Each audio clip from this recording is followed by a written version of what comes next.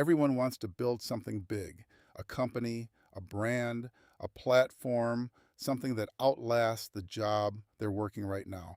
Most people try to do it by building a product. Steven Bartlett did something smarter. He built an audience first. Then he turned that audience into a machine, one that generates money, influence, deal flow, and equity stakes in companies most people have never heard of. And the wild part, he did most of it through a podcast, not a product, not an app, not a startup with a pitch deck and a funding round, a podcast. By 2025, that podcast had crossed 1 billion streams. Spotify ranked it the second most popular podcast on earth, and the company built around it was valued at $425 million. This is how Steven Bartlett actually did it, and why almost nobody noticed what he was really building. Let's go back to the beginning, but not the version he usually tells. Bartlett was born in Botswana to a Nigerian mother and an English father. He grew up in Plymouth with very little money, no birthdays, no Christmas presents.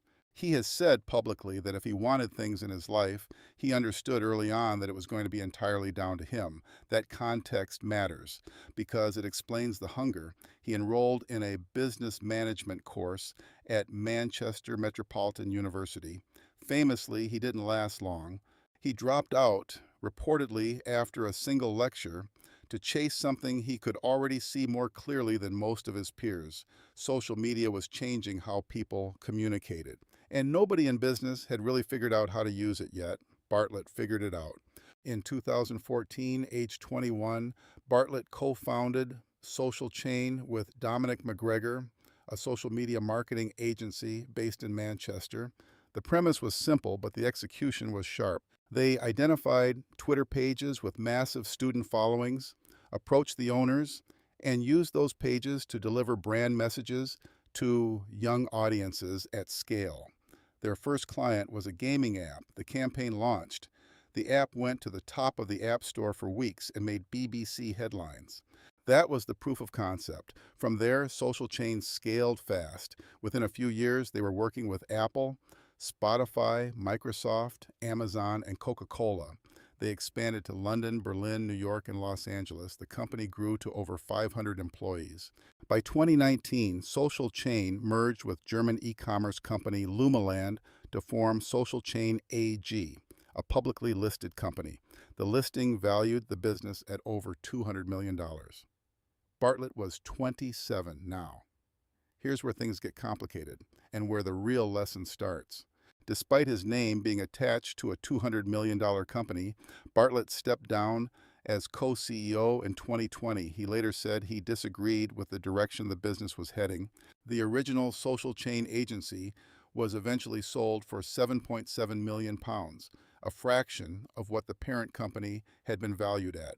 So, what did he take from Social Chain? Not as much money as the headline suggested, but he took something more valuable, a deep understanding of how attention works, how audiences behave, how brands desperately want to reach young people, and what it feels like to build something big and watch it become something you no longer control. That experience shaped everything he did next. In 2017, Steven Bartlett launched The Diary of a CEO. He has said the first episode was a total experiment. He never expected it to run more than a few episodes. It ran a lot more than a few episodes. Initially, it was personal, reflections, business thoughts, updates on his own life. But it evolved into something more structured, long-form interviews with entrepreneurs, investors, scientists, psychologists, and public figures. The format was simple. No strict time limit, no fluff. Real conversations that went deep. At the time, the podcast landscape in the UK was nothing like the US. Most people hadn't figured out that a well-distributed podcast wasn't just entertainment, it was infrastructure. It was a recurring relationship with an audience delivered directly into their ears that nobody could algorithm away. Bartlett understood this. He went all in.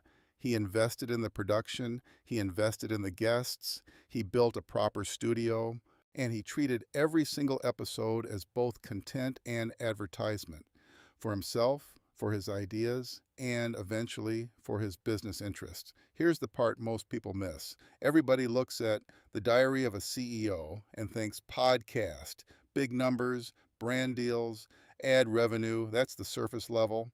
The real asset isn't the podcast, it's the trust the podcast creates. Think about what happens when someone listens to a 3 hour interview. They are inside the host's world. They hear how he thinks, they see who he talks to, they hear him push back, laugh, disagree, and go deep on ideas. By the end of it, they don't just know who Steven Bartlett is, they feel like they know him. That kind of trust is almost impossible to manufacture through traditional advertising. You can't buy it with a billboard, you can't replicate it with a 30-second Instagram ad, but you can build it episode by episode over several years. And once you have it, once millions of people trust you, you can convert that trust into almost anything. So, how does he convert it? Multiple streams, all running simultaneously, brand partnerships, the most obvious one. Companies pay substantial amounts to be featured on the podcast because Bartlett's audience is engaged, young, and takes recommendations seriously. Reports suggest the podcast generates around $20 million in annual revenue from sponsorships alone, equity deals. This is where it gets interesting. Rather than simply taking cash for sponsorships, Bartlett has taken equity stakes in companies he promotes. He becomes a shareholder. So when the company grows, partly because his audience hears about it, he benefits directly. Dragon's Den. In 2021, Bartlett became the youngest ever investor on the BBC show, aged 28. Think about what that did. Millions of people watched him invest, ask sharp questions, and back real businesses on national television every week. It amplified his reputation as a serious investor and put him in front of an entirely different audience. His Perfect 10 investment is a clean example. He backed them on Dragon's Den. He then invested an additional £1 million personally. The company, which makes matcha energy drinks, grew to a reported valuation of around £140 million by 2025. That's what happens when distribution meets deal flow. Flight Story. This is the holding company he built around everything. It includes a production studio with offices in London, Manchester, New York, Boston, and Los Angeles.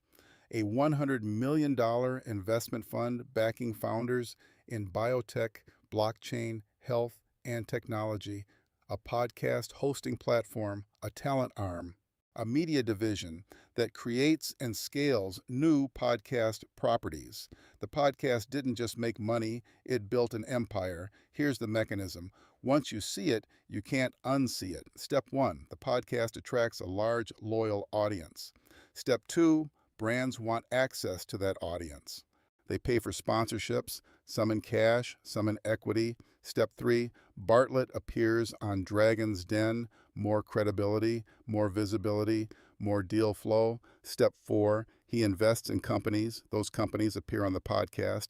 The podcast audience trusts his taste. Sales increase, valuations increase.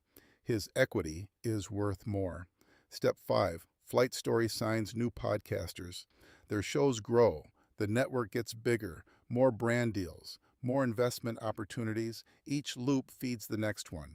This is what business people call a flywheel. Once it's spinning, it's very hard to stop. And the reason it works is because trust is at the center of every rotation. Most businesses compete on product. Bartlett competes on trust. That's a very different game. In October 2025, Bartlett closed an 8-figure investment in his company, then renamed Steven.com, at a valuation of $425 million. Reports described it as one of the largest creator holding company fundraisers in European history. He retained over 90% ownership. Let that land for a second. A podcast that started as a personal experiment in 2017 in a country where the podcast market was underdeveloped became the foundation of a nearly $500 million media company in under a decade, and the man who built it dropped out of university after one lecture. Let's be balanced here, because the smart version of this story includes the criticism. Bartlett has faced serious scrutiny. The Advertising Standards Authority took action against him in 2022 for promoting Hull on his podcast without clearly disclosing it as paid content.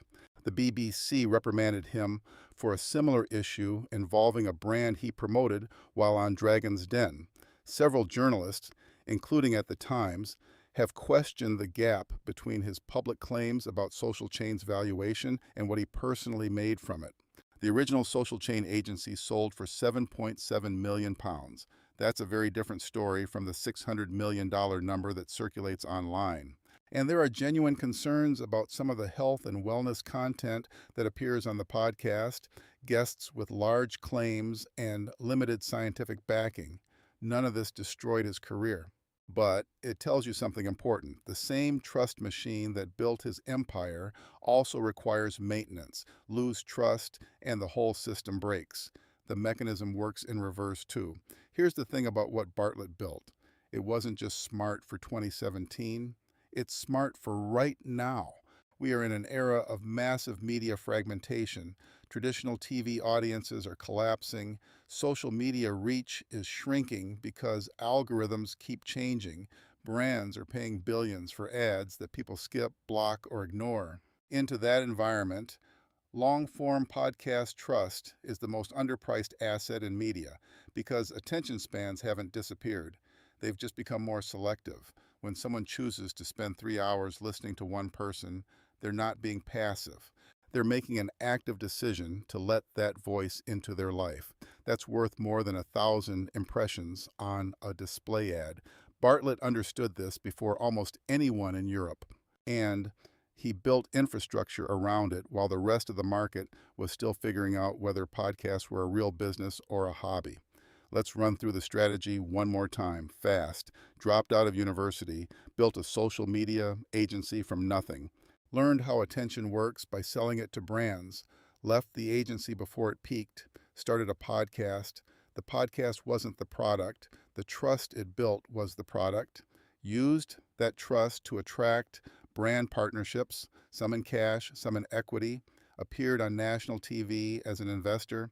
Increased credibility and deal flow. Built a holding company around the podcast, production, fund, hosting, talent. Took equity in companies he believed in and promoted to his audience. Each element fed the others. The flywheel kept spinning. By 2025, the company was valued at $425 million. The move wasn't to build a podcast. The move was to build trust at scale and then build a machine that converts trust into equity. That's the strategy. Most people who see Steven Bartlett see a podcaster who got lucky. What they're actually looking at is someone who understood a fundamental shift in how media, trust, and business intersect and moved faster than anyone else in his market. The podcast was never the point. The point was distribution, relationships, influence converted into equity. He built a media company disguised as a podcast, and by the time most people realized what it actually was, it was already worth $425 million. If you like breakdowns of the real strategies behind modern empires, subscribe, because there are a lot more of them.